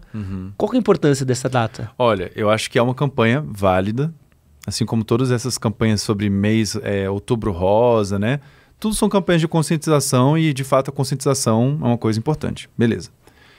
O que se faz de uso disso, a gente pode questionar. E eu acho que eu concordo um pouco com o que você deve ter trazido no vídeo. Que é, por exemplo, a empresa que em setembro vai gastar dinheiro para levar um palestrante para falar sobre o assunto tal no mês da campanha. Ou para ficar fazendo postagem sobre isso e tal. E no resto do ano, tá, tipo, dane-se, mas agora vamos falar. E eu já escutei muitos relatos das pessoas reclamando do que você está falando agora. Tipo, quando a gente eventualmente faz alguma divulgação disso lá no canal, sobre essas campanhas, aí a galera fala assim, agora tá preocupado com isso, mas não sei o que, não sei o que. Então, assim... Eu acho que quando as empresas usam isso só para, sabe, melhorar a fita delas, para parecer bonito, eu acho muito hipócrita, então me incomoda um pouco. Mas a campanha em si, ajudar a tirar o estigma do suicídio, tirar o estigma de câncer de próstata, câncer de mama, incentivar as pessoas a aprenderem como identificar, sabe? Isso aí eu acho que é super válido e necessário. O que eu faço no meu canal é uma campanha de conscientização o ano todo sobre saúde mental. Então, assim, eu não posso ser contra isso, né? Porque é o que eu faço.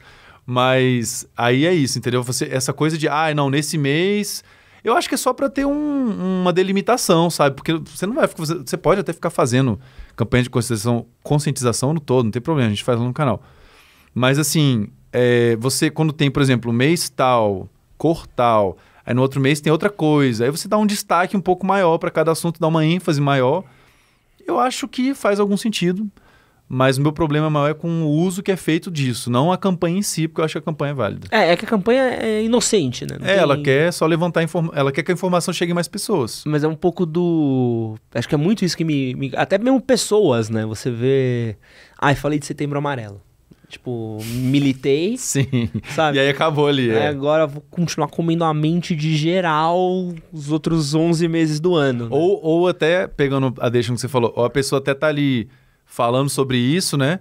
E aí no dia a dia dela, ela trata mal todo mundo, não se importa com os outros, não tá contribuindo em nada para a sociedade. Então, assim, sabe? As pessoas realmente, quando usam isso, às vezes são meio hipócritas mesmo. Eu tento não ser... fazendo o que eu faço no canal e também contribuindo para a saúde mental de todo mundo com quem eu interajo. É engraçado, né? Que até as iniciativas boas, né? Às vezes a gente acaba virando... Sim. Cosmética, né? Que acho que é o melhor jeito para falar, né? Só perfumaria, né? O quanto... Pô, eu já fui da palestra de Setembro Amarelo, Novembro Azul. Você deve ter dado já várias dessas, já, assim. Também. Aí você vai tomar um cafezinho, você tá lá no banco, aí o cara, porra... os caras estão comendo minha mente aqui, que tenho que bater meta de 50 milhões, meu chefe xingando minha mãe, quinta geração, trabalhando até 2 horas da manhã. Mas muito legal esse papo de saúde mental. Caralho! Aí, o que você espera dessa palestra, velho? O que uma palestra pode fazer quando a pessoa tá inserida num contexto desse? É foda, né? É muito difícil, velho. Você não tem saúde mental, né? Não tem performance, não tem nada em cima disso. É paliativo, né? Paliativo, assim, não é que paliativo é ruim necessariamente. Mas nesse contexto não vai na raiz do problema, né? É engraçado. Eu acho... Tem que achar uma graça, senão você fica um pouco... É foda. Piroca, né? Sim. Falar em ficar piroca e achar graça... a gente é um canal voltado para o público masculino, né? Acho que a gente olhou ontem, são 86% das pessoas que consomem o podcast e o canal de cortes de público masculino. Uma média alta, né? Bem alta. E a saúde mental dos homens? Meu Deus.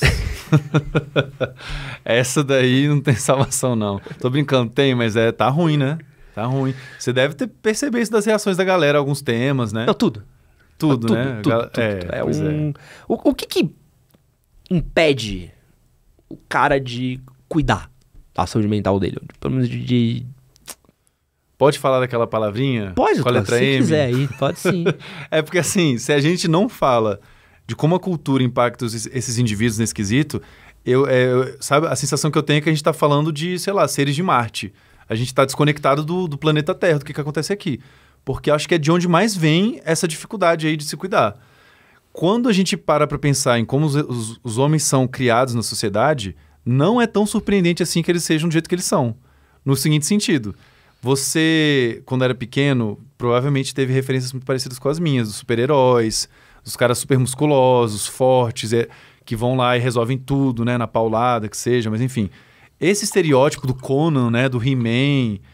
O He-Man ainda era mais de boa, né? Porque ele tinha a moral da história no final, tinha uma coisa mais reflexiva, mas geralmente o cara é o super-homem, o Batman, aquela coisa assim, né? Do cara que não tem vulnerabilidades e que dá um jeito de resolver tudo.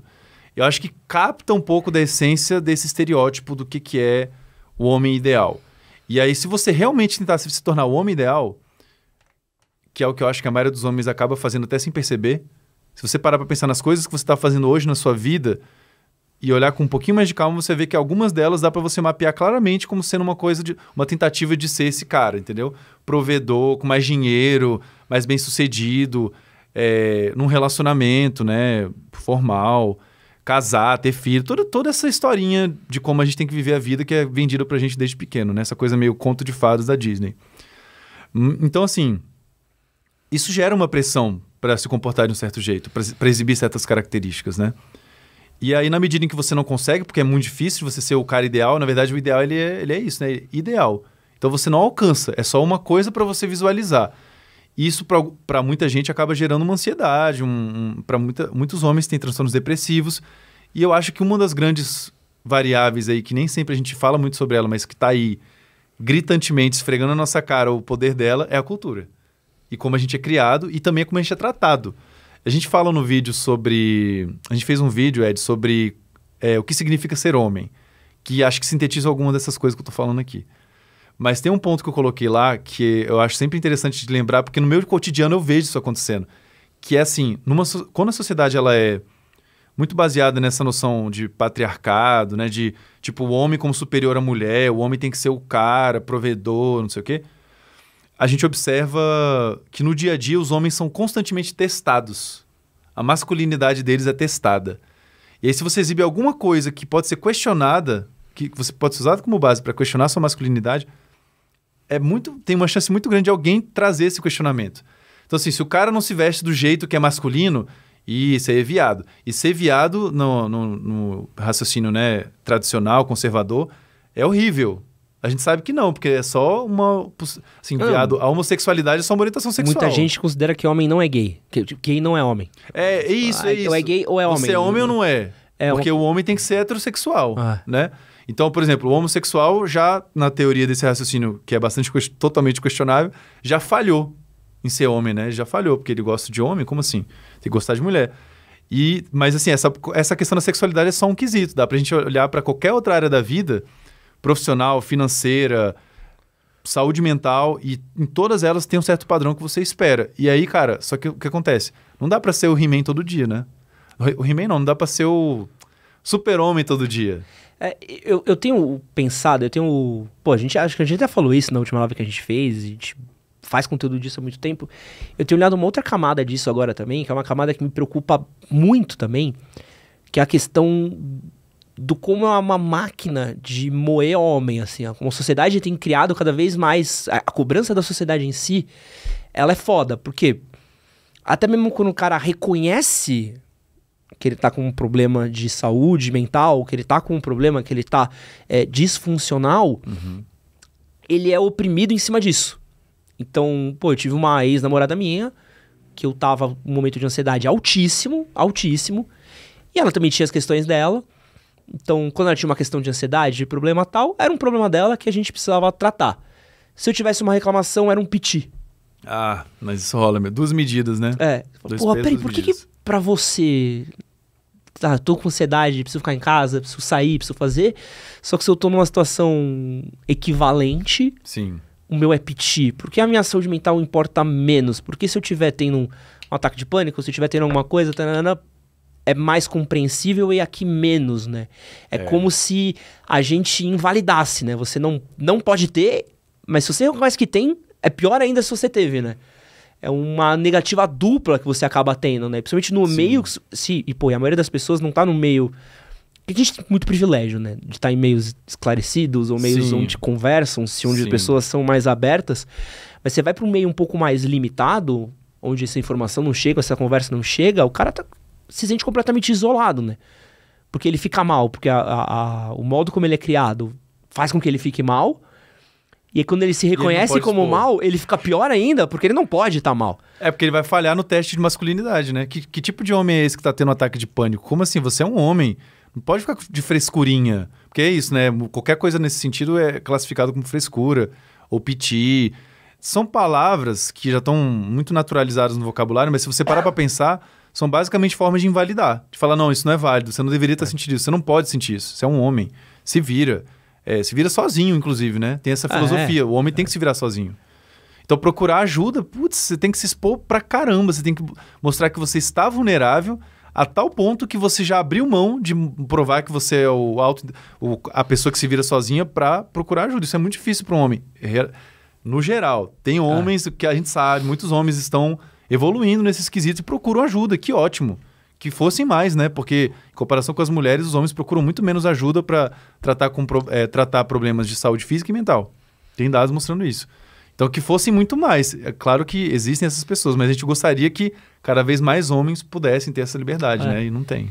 E é foda, né? Porque é quando a gente fala de Novembro Azul e saúde de câncer de próstata, até mesmo outras coisas de doença, é muito louco que o cara não entende, às vezes, mas se eu morrer, morreu. Se eu morrer, morri. Qual o problema? Vou embora mesmo, foda-se, mundo zoado. O ChatGPT tá tomando meu trabalho.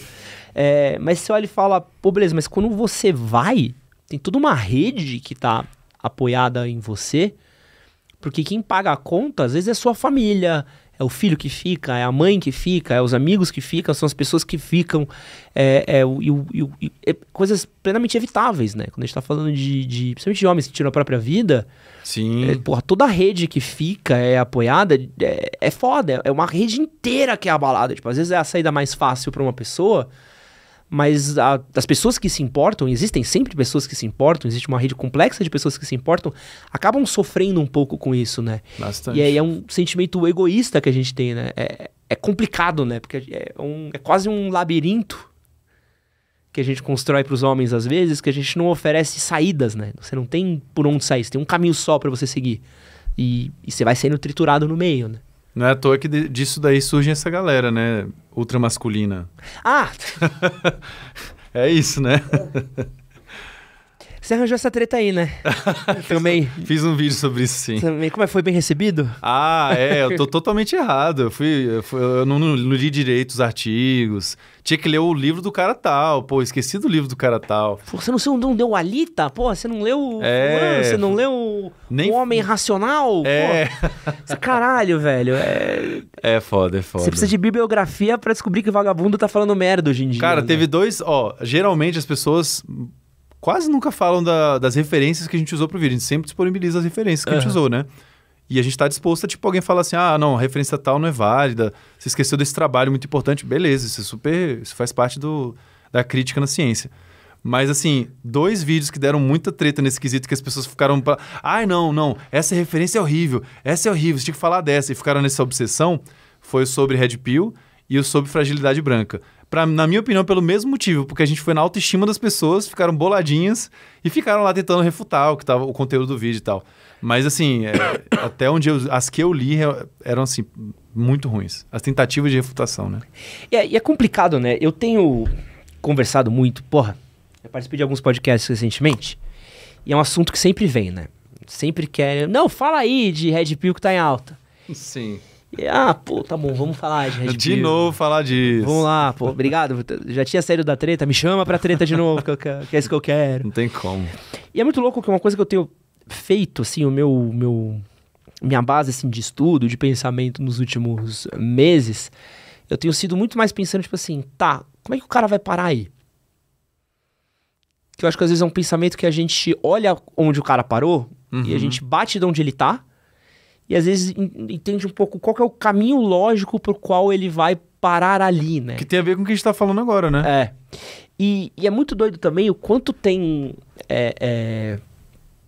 algumas boias factuais, assim, que eu vejo que existem em conversas dos caras, e que são usadas em argumentos que você, tá, pera, sabe? Sim. Então, por exemplo... Já percebi isso também. Pô, vocês ficam falando aí, mas os homens são as maiores vítimas de homicídio da sociedade. E ninguém defende o homem. Tá, mas os homens são os maiores causadores de homicídio da sociedade. Se você parar pra ver, homens são muito mais envolvidos em casos de violência do que as mulheres. Os homens são a maior parcela de causadores de crime. Acidente de segurança de trabalho, você pega a taxa de acidente de segurança de trabalho masculina, pô, é óbvio que a mão de obra masculina é a obra que é mais explorada, é mais... A causa desde sempre isso. Desde sempre. Mas também é a que mais se relega o uso de mecanismos de segurança de trabalho. Provavelmente todo mundo já viu aqui um vídeo de algum pedreiro em alguma obra fazendo alguma coisa absurda e se divertir, jogando tijolo pro alto, pegando malabarismo com tijolo, esse tipo de coisa.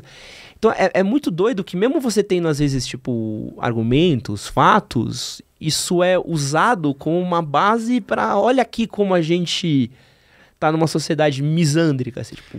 Uau, sabe? E rola muito isso, cara, muito. Você tava falando esses dados aí, eu lembrei de uma vez que eu interagi com uma pessoa, eu era professor na época e esse cara era meu aluno. Aí ele veio discutir comigo, o cara super gente boa, inteligente, mas aí você vê esse viés aí do cara usando a inteligência dele para distorcer a interpretação das coisas e botar a visão dele como favorável.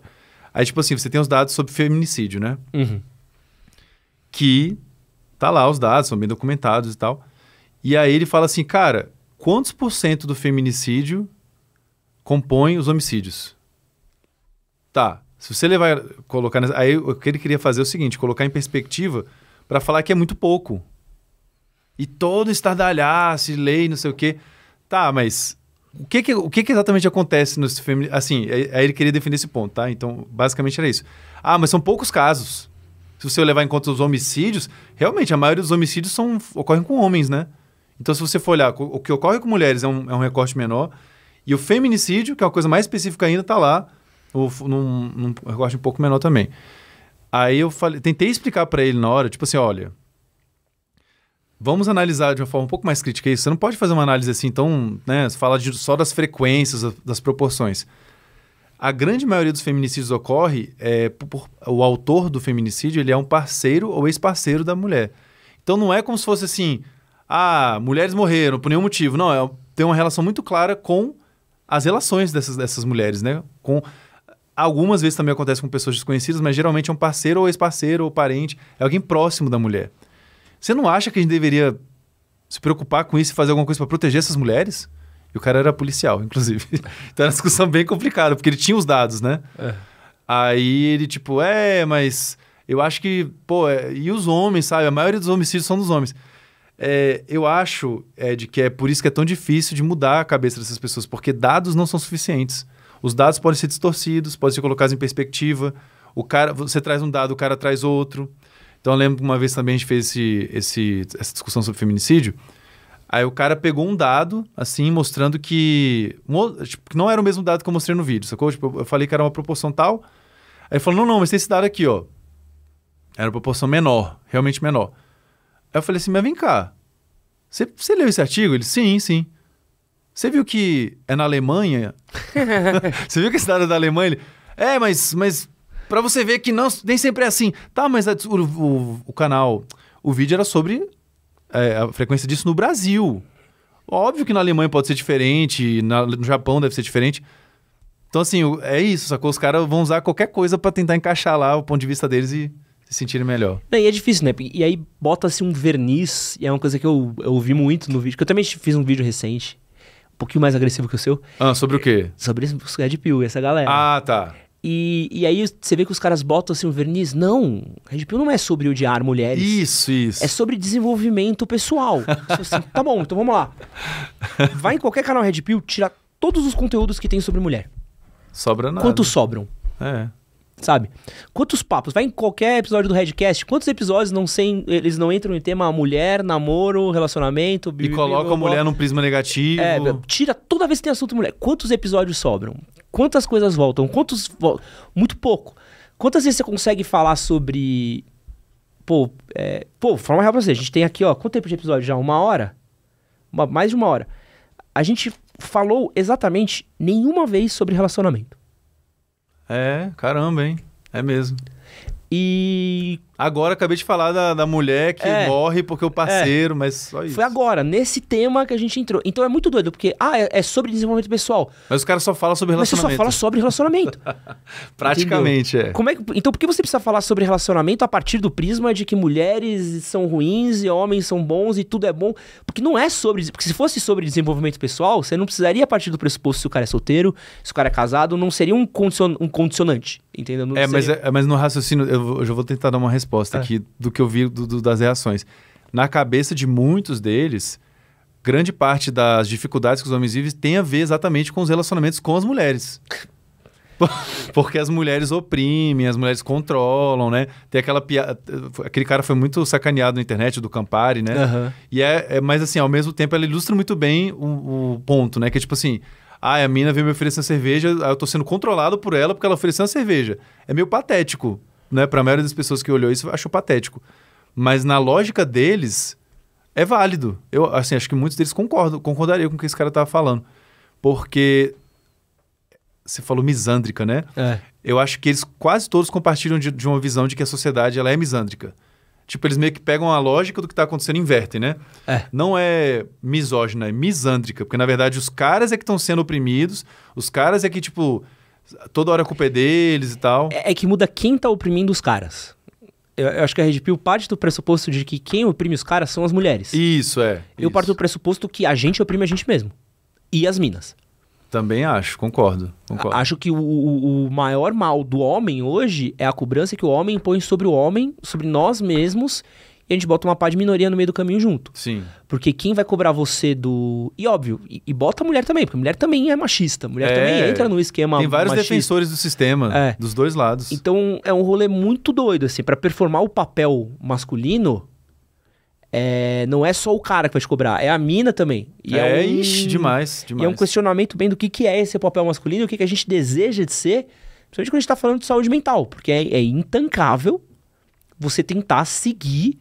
Pô, eu peguei um checklist ali, é que é sempre esses filha da puta de fúria, honra, tradição, pátria... Sempre essa porra desses arroba. 30 fatos pra você ser um homem. Fala, pô, vamos ler aqui, né? Vamos ver, eu sou homem, né? Então vamos ver. Primeiro, se você tem 30 anos e não tem 1 milhão, você não é um homem. Nem esse cara vai ter, nem fudeu, né? Tem. Fudeu de saidinha, sabe? Se você tem 30 anos e não é casado, você não é um homem. Se você tem 30 anos e você não tem uma casa, você não é um homem. Se você tem 30 anos e joga videogame, você não é um homem. Lascou. Se você não tem um trabalho, 10 anos de profissão exercida, você não é um homem. Aí é tanto check... Nossa, é impossível ser esse homem. Você sai dando cu, você fala, foda-se, sabe? Chegou a hora. Você bota a saia e sai rebolando. Fala, pô, é isso, não dá pra passar nessa lista, caralho. Esse cara que fez essa lista não passa nessa lista, duvido. Porque parece que é um sketch da TV pirata, tá ligado? Se você não mamou uma rola, você não é um homem, sabe? Parece que vai escalonar já, você não dorme abraçado com seu amigo Jarbas, você não é um homem. É intancável, velho. Impossível. E a galera vive isso muito a ferro e fogo, é muito louco. É muito louco. É muito descolado da realidade, né? Então os caras falam, você não dá uma relaxadinha, brother? Sabe? Uma largada, uma desmunhecadaça, assim, só pra relaxar. Dá uma quebradinha aí nesse... sabe? Não abraça um amiguinho, assim, com mais carinho, sabe? Só pra ficar de boa. Nossa senhora, é uma masculinidade tão frágil, né, velho? É muito louco. Você bota uma coisinha ali, um questionamentozinho, né? E é isso, pra ser um homem não basta ser um homem, você tem que ser o homem... Super-homem. O cara. O homem.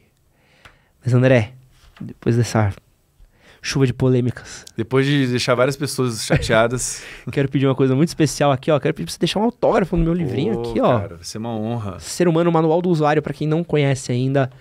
Está à venda. Comprem, muito divertido, muito legal. Fiquem de olho nas redes do André, que fiquei sabendo que ele tá fazendo sessão de autógrafos no dia dessa gravação, que vai ser publicada daqui a um tempo, mas...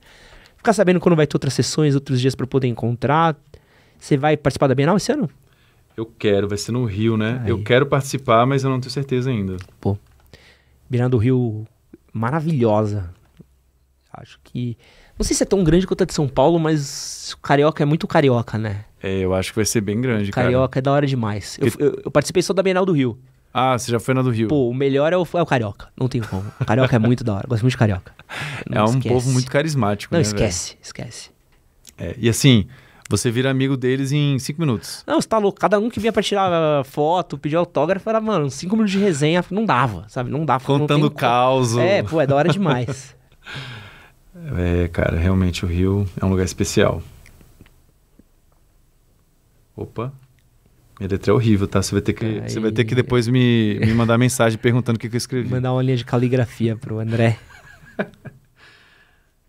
Não, essa caneta aqui, ela é diferente. Ela é diferente, é. Você é canhoto, né? Sou. Cara, é pior. Isso me dá superpoderes. Só que não. Pior tipo de caneta pra um canhoto. Ah, é? Tem esse lance, é? É. Eu não tô acostumado mais a escrever. E aí, como vai ser a próxima geração? A próxima geração não vai nem ter aula de caligrafia, né?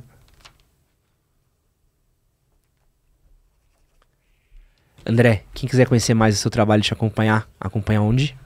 @minuspsíquicos, @o André Rabelo. Sigam a gente, TikTok, Instagram, YouTube, porra toda aí. E muito obrigado você que ficou até aqui. O Ser Humano, Manual do Usuário, Minutos Psíquicos. Um grande beijo pra vocês e até a próxima. Valeu!